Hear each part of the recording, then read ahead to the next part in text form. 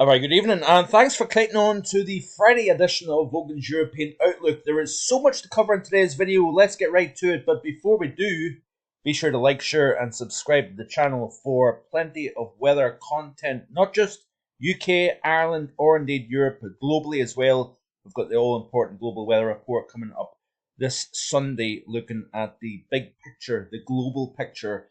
And of course, we have got lots of content now starting to become more readily available with regards to the winter season. I will be doing my second update of the Winter Thoughts 2023-24 in the coming days ahead. So stay tuned for that. If you're a winter weather lover like myself and like many of you out there, we will certainly be looking at all the things that come into play with regards to the winter season. So stay tuned for that. Lots going on. Very interesting, pretty wild pattern actually with regards to the setup at the moment. An extreme pattern for October standards here. We've got some very cold air actually getting drafted southbound over the Norwegian Sea area of low pressure in the Baltic Sea at the moment that is transporting that Arctic air. The first taste of Arctic air of the season is getting drawn southbound towards the northern UK. At the very same time, we've got this very interesting little cloud structure here over the central North Atlantic here. You notice here the associated frontal system down through the Azores, so pretty wet conditions here. Thunderstorms likely embedded within that frontal system. But you notice here it's high and dry, clear skies across northern Africa. This is actually the infrared imagery from last night. And the reason why I'm showing you this is quite important here, because what we've seen over the course of last night and through the overnight period tonight is we've had a warm front that you can see associated with this system to the west. This is going to be bringing potentially upwards of 200 millimeters of rain across the West Highlands of Scotland through late tonight and through pretty much all of tomorrow. This frontal system will get trapped in place, and we'll look at that in just a second here. But this warm front has been lifting northwards during last evening. So when I left the house here, just about 16 miles north of Inverness, temperature was at 11 Celsius. Actually felt rather chilly. Now, as I drove south, it was 15 and 16 Celsius down in Glasgow. The reason why is because the frontal system had then moved across. I did drive through some heavy rainfall as I drove south over the A9, and then by the time I reached Glasgow, yes, it was still off and on rain, but it felt distinctly mild, even warm and quite a humid feel in the atmosphere here. The reason why is because we've got some very warm air all the way down to the source region, and that source region of warm air is North Africa and the Canary Islands. We're actually seeing a temperature, by the way, of 40 Celsius in parts of the Canaries yesterday afternoon. And what's happening is this frontal system that is, of course, extending all the way to the tropical Atlantic. What we've got is an area of high pressure over Africa that is pulling an easterly wind off Africa through the Canary Islands, hence why we had temperatures of 32 Celsius on the west coast of Africa. We had 29 Celsius at La Palma Airport in Gran Canaria. Very, very warm temperatures here, and a temperature even mid to high 30s and 40 Celsius in the Canary Islands. So we've got an area of high pressure that is drawn hot air off Africa through the Canaries, but what is also happening is this frontal system is drawing that hot air northwards to the east of the front. So we've got southerly winds here, and of course we've got relatively mild air in place across Biscay at this moment in time. If we play to the new loop here, or the new frame, you can see here the slight difference here. That frontal system is a little bit further north. Looks as if there's actually a little bit of Saharan dust actually in this image. I could be mistaken, but that looks slightly like Saharan dust that is blowing northwards off across Portugal, Spain, over the Biscay, and we could even see Saharan dust in the southern portions of the UK. Also, what we've got is we've got the cold air to the north and warm air to the south here. So if we look at the GFS image here, what we had was 850 temperatures, not overly warm but mild, but we had an area of low pressure that passed to the north of Scotland and generated some pretty strong winds. Now, that area of low pressure is actually the system that is dragging down the cold air now, but that area of low pressure passed just to the north of the UK last night. Really gusty winds throughout the course of last night, overnight, and then through a good part of today over the northern half of Scotland.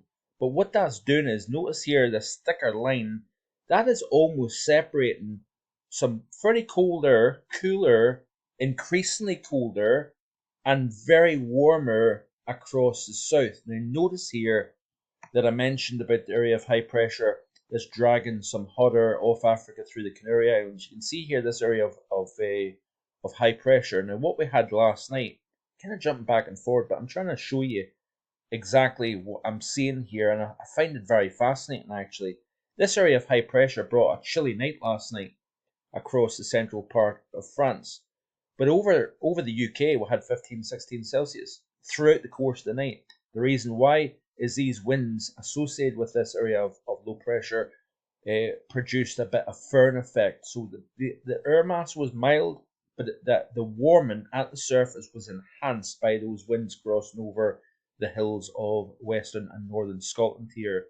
So we'll play it back through the loop, and you can see the evolution of this pattern here developing here. So if we skip back, if it's going to allow me to, you can see here what takes place. So this area, this frontal system, before the system moved across the UK to the top of the UK, the warmer air was allowed to get lifted northeastwards here, squeezing isobars, strong winds west to southwesterly, very warm conditions, especially along the Murray coast during the overnight period. Then as that system crossed the top of the UK, it then has essentially, as it moved east, notice the turn in the isobars here, squeeze the isobars, indicating the transport of cold air from the north on the backside of the very system that produced the warmer conditions in the first place. So the very same system opened the door, allowed that warmer air in, moved across the top of the UK, and then it shut the door once again to the warmth coming up from the south. And we've got a very, very sharp boundary. Along that boundary, we're separating sub-freezing air 850 or 5,000 feet versus plus 15, plus 18 Celsius at 850 millibars. So that is a massive contrast in such a short area of distance here. Remember, the UK is not a big island. You're only talking, 700, 800 miles of a distance, and we're going to have 850 temperatures sub-freezing across the north versus 18 Celsius, believe it or not, across the south. That translates to surface temperatures of about 25 tomorrow across the south, and probably only single figures for maximums across the north. And we could even see some hill snow associated with this as well here.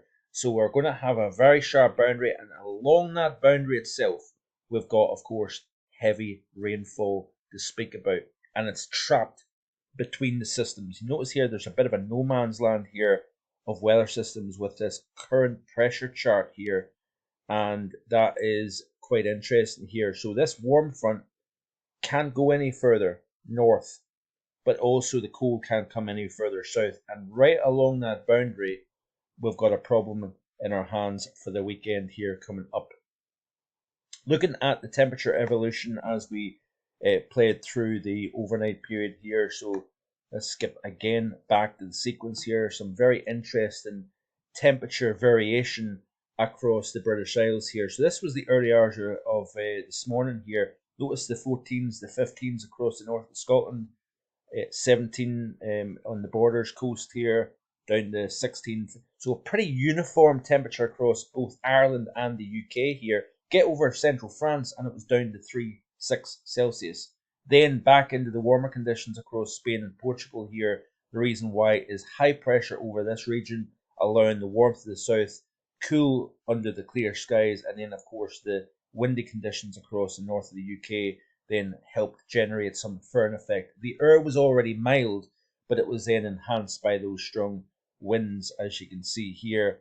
So we'll play through the loop. If you actually go back to the sequence, even through, yesterday morning, really, the temperatures were cooler during the afternoon than they were, of course, during the overnight period last night here. Notice here the chill as we play through the loop over Scandinavia here. So a fairly chilly temperature, but nothing really unusual for this time of the year. You would expect to see this kind of chill now across parts of Europe. But certainly that is an interesting setup here with chill across Central Europe, cold in the north, and fairly mild in the south. But even across the UK and Ireland, thanks to that area of low pressure, it is fairly mild here. So we'll play through the loop here. You can see the connection here between the tropics, subtropics, and the UK. There's that deep area of low pressure. There's the frontal system trapped in place, as explained already here. High pressure to the south. That is, of course, allowing the transport between the area of low pressure at 971 and the area of high pressure over the southwest of Europe. We're drawing in that air from the Canaries, from northwest Africa, where temperatures are well above average, up into the UK, and then it gets slammed up against that boundary that's stuck in place. And of course, it stays there for near enough 24 hours, and we are going to see some, with the fueling of warmth to the south, cold to the north here, and the persistency of that boundary being stuck in place. Orographic lift gets thrown into the equation as well. We enhance the rainfall even further as that moisture gets drawn up the hillsides. It further cools, condenses, and wrings out the atmosphere even more. There's a lot of activity along that boundary. Notice here the area of low pressure actually forms along that front. And what eventually happens is, this is 12 o'clock on Sunday, it's still stuck in place over the UK and Ireland here, if you notice. But eventually what happens is we get a cold front drag south, and we actually introduce something a good deal fresher. High pressure then to the northwest of the UK replaces that kind of low pressure situation here, and we've got this kind of fresh, cool conditions come down from the north. Let's have a look at the 850s here and see what's showing, and then we'll look at the anomaly compared to average here. So this is, of course, the GFS that we're looking at today. Go back to the here now. Of course, there's the milder conditions. There's that warmth getting drafted northwards here. Cold air knocking the northern door, as you can see here. Play through the loop. That is a very impressive gradient across the UK. And I would not be surprised if we get even more rain than what is predicted by some of the models here. I wouldn't be surprised if we see 250 millimeters of rain in some of these upslopes of western Scotland when all is said and done here. We'll look at the position of the front where the heaviest rainfall comes before the end of the video. But look at that there. That is remarkable. Cold air coming down versus warm air coming north here. Let's have a look at the UK. Let's have a look at the 850 anomalies here first, because this is really impressive actually. If I can find what I'm looking for, it always helps. So there's the 850 anomaly chart here. If it's going to refresh, and we can see the actually below average anomalies versus the above average anomalies. Is it going to upload for me? That is a good question here, because I'm running quickly at the time as usual. Yeah, so these are the 850 anomalies. Look at the warm air across the far east of Canada, extending up into Greenland here. The cold air trapped in the centre, and of course with this wheel of low pressure here, look at these 850s compared to average. But look at across the north, below average versus exceptionally above average here. Taking a UK view of the 850s here, look at this here. So in comes that cold air, -3, -4 Celsius at 850 over Wick, northeast Scotland. And look at the further south here, we've got 18 Celsius, the isotherm across parts of southern Ireland. I'm talking a lot about the UK, but actually Ireland is going to get in this as well in terms of the warm conditions here. According to the latest GFS, this is the total accumulated precipitation here in the core of heaviest rainfall across the Southern Highlands, as you can see here. So this is where the boundary gets particularly stuck. Yes, and even the model is sniffing out snow over parts of the Grampians with that colder air further south.